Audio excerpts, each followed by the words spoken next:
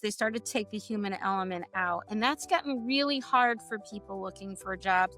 I can give a long list. I can give a really long list. The words that they use, they don't always correlate. So it's really having kind of a deep conversation with someone who looks like they have the right parameters, and it's viewed by someone who kind of understands what they do. Welcome to The Growth Switch, the podcast where we explore the strategies, struggles, and breakthroughs of bold business leaders. I'm your host, Jules Fox, growth strategist and lead content creator at Aries Media, and I'm here to uncover how today's top brands are scaling, overcoming challenges, and unlocking sustainable success. Now, for those of you just tuning in, Aries Media helps grow successful brands like yours with comprehensive, hands-on support for sales, business development, and performance marketing. Go ahead and drop growth into the comments if you want to learn how to do that. Now, today we have a very special guest on The Growth Switch. We have Gail Audibert. She's the founder of Gail Audibert Associates, an executive search firm specializing in insurance industry talent, where she helps carriers and agencies find leaders who don't just fill roles, they actually move the business forward. Gail, welcome to the podcast. Thanks, Jules. Happy to be here. Pleasure to have you. So look, you've been placing insurance talent for over 25 years. How did you get your start in the business originally? How did you see that product market fit and decide that you wanted to get in there? Well, like most people, it was an accident. I graduated from college. I knew I wanted to get into sales because I thought that my only talent was talking at the time, and started out selling telephone equipment. I was an obvious failure at that, did that for about 3 months and got involved into the recruiting industry. What catapulted me was my first failure. I knew that I never wanted to do that again. And I recognized the things that I did wrong in that first job. So I just worked really hard. I worked weekends, I worked Saturdays, but I did everything I could to learn on my own to get better. And that's really what made me into who I am. Yeah, fantastic. And you've probably seen some things shift over time. How have you seen the industry's talent needs evolve, especially in the last 5 years? Well, if I could go back a little farther than 5 years, Sure, of course. when I first started recruiting, it was really like cut and paste. A company was looking for something very specific, and you met the parameters, sent it in by mail, and they made a decision whether they wanted to hire someone or not. And at the time, a person may go on 3 interviews and get 3 offers by the weekend. And you were always talking to people. You weren't sending resumes and going in through applicant tracking systems. So it was a much more humanistic approach to recruiting, which, was wonderful for me. It was wonderful for hiring managers because you were always really getting to know the talent that you were, trying to recruit or you were attracting. You fast forward 10, 15, 20 years with technology, becoming, an intervention in the recruiting world. I remember when Monster popped up and everyone thought that that was going to, really decimate the recruiting industry. And I don't even know if they exist anymore. But what happened is they started to take the human element out. And that's gotten really hard for people looking for jobs or looking to hire people, because now it's really computers talking to computers, right? It's a automated system applying to a job. It's a applicant tracking system kind of looking for keywords and making a selection process, and sometimes declining someone at 3:00 in the morning when no one's looked at the resume yet. Yeah. So it's a really frustrating process for both clients and candidates to go out and find a job, especially first-time job seekers. So part of it is understanding technology and how to get around it.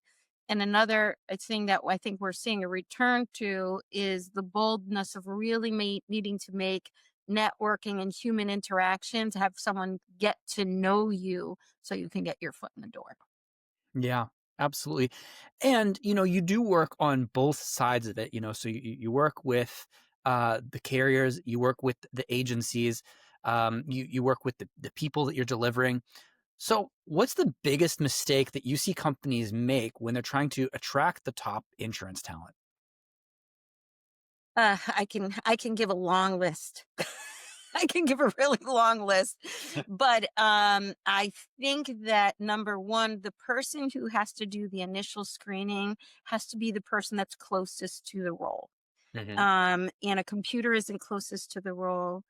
A talent acquisition person isn't always the closest to the role. That person needs to really understand the position itself and could read between the lines, because not everyone writes a resume the way that, a first or second level person can read it.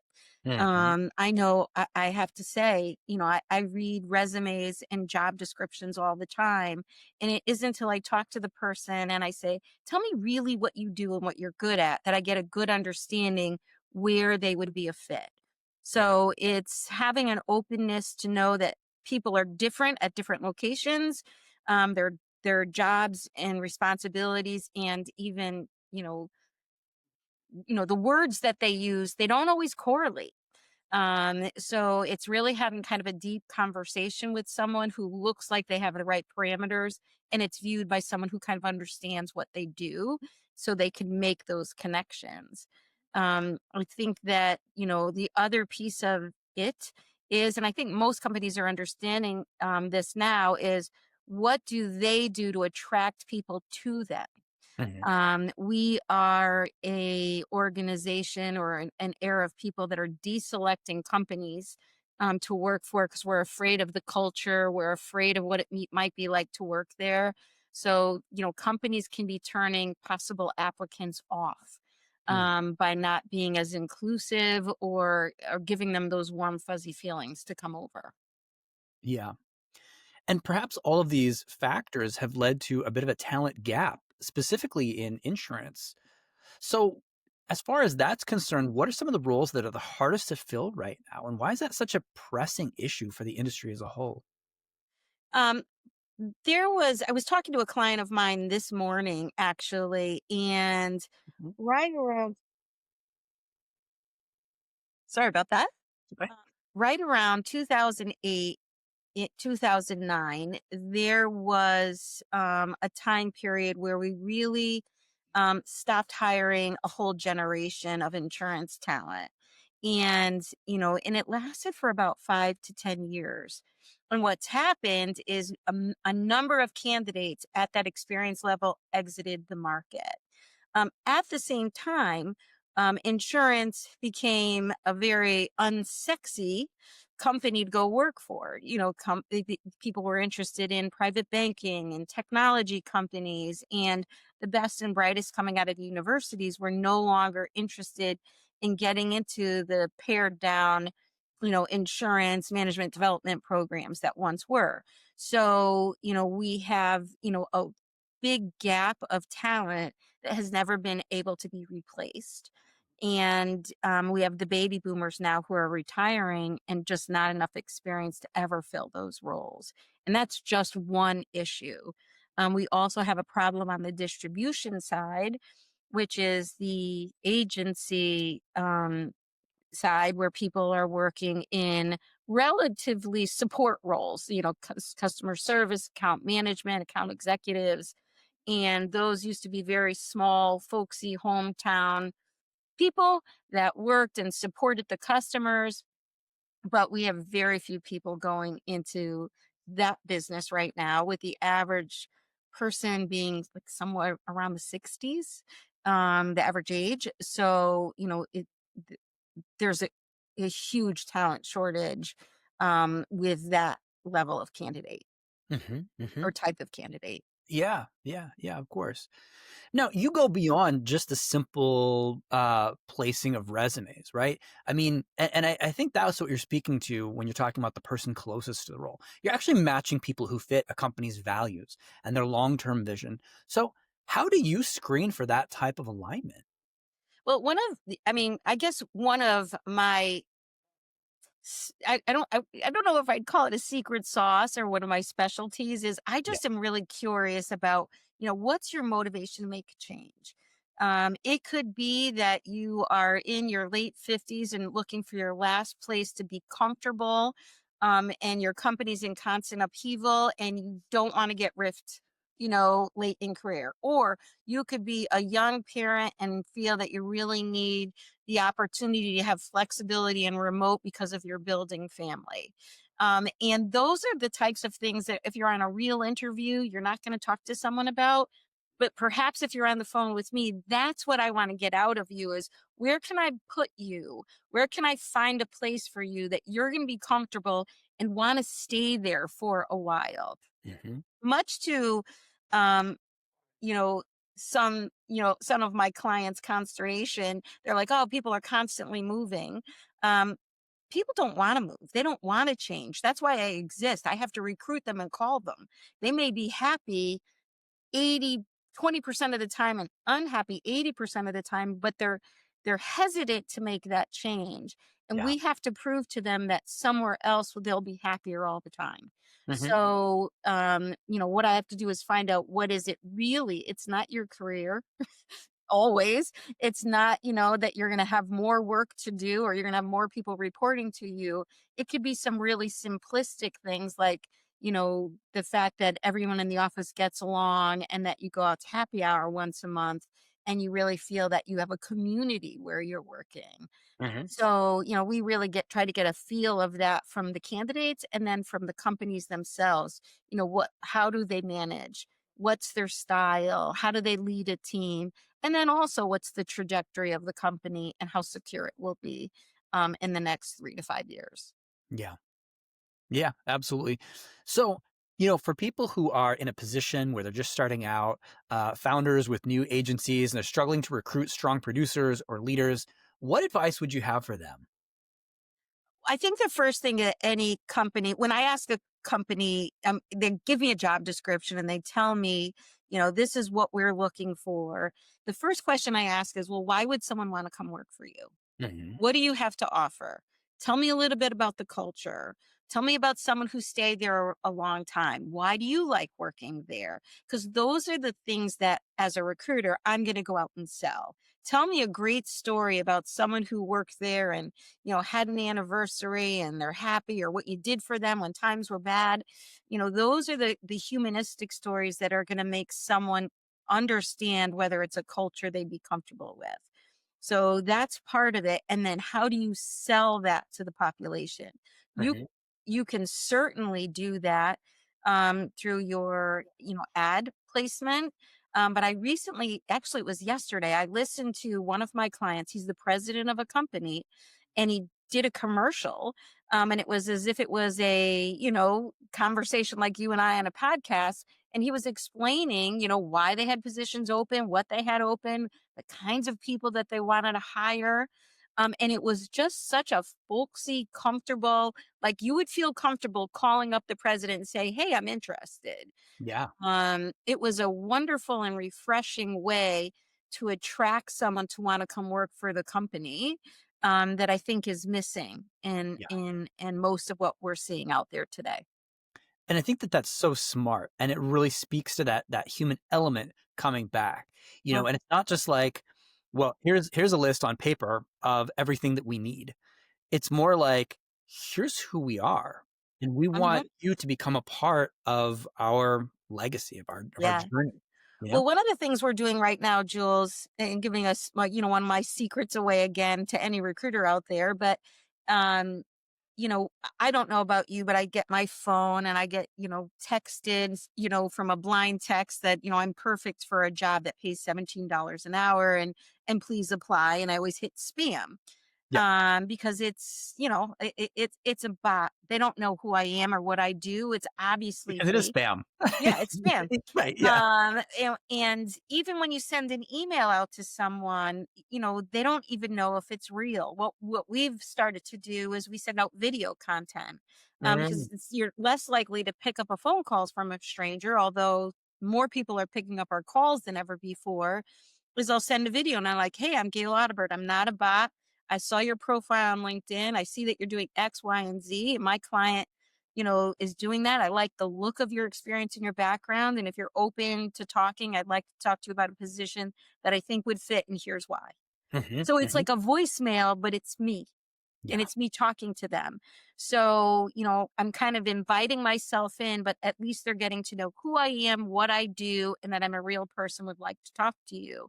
The Mhm. response rate is great, even if it's to say, no, I'm not interested right now, but they have a better understanding of who it is, what it is, and it's a one-way conversation, but it's still human. It's me talking to them, and then they're welcome to call me back. And I think that that is something, again, that's missing right now. Yeah. Yeah, absolutely. Because I get those too. And I bet everybody does. But, I don't even have a resume. I don't think I've had a resume for 15 years. So you get the thing right away. And it's like, well, we saw your resume. And it's like, no, you didn't.